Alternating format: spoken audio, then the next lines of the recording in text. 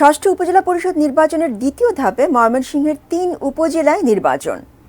আগামী ২১ মে ময়মনসিংহ সদর, মুক্তাগাছা, গৌরীপুর উপজেলায় ভোট গ্রহণ হবে।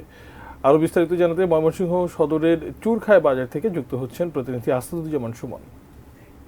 মুহূর্তে রয়েছি ময়মনসিংহ সদর উপজেলায়। এখানে কিন্তু দ্বিতীয় ধাপের যে নির্বাচন অনুষ্ঠিত হবে সেটি কিন্তু ২১ তারিখ ভোট গ্রহণ অনুষ্ঠিত হবে। ময়মনসিংহ সদরের পাশাপাশি মুক্তাগাছা এবং গৌরীপুর উপজেলায় কিন্তু এই ২১শে মে ভোট গ্রহণ অনুষ্ঠিত হবে। সব মিলিয়ে কিন্তু এই তিনটি উপজেলায় একটি উৎসবমুখর পরিবেশ বিরাজ করছে সর্বত্রই।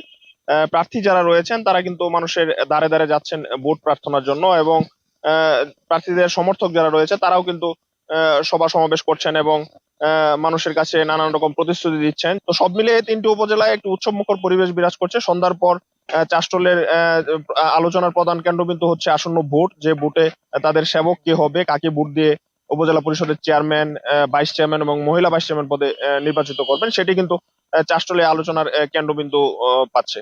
তো সব মিলিয়ে এই ছিল আমার কাছে ময়মনসিংহ থেকে এই আসন্ন নির্বাচনের ভোটের বিষয়ে সর্বশেষ।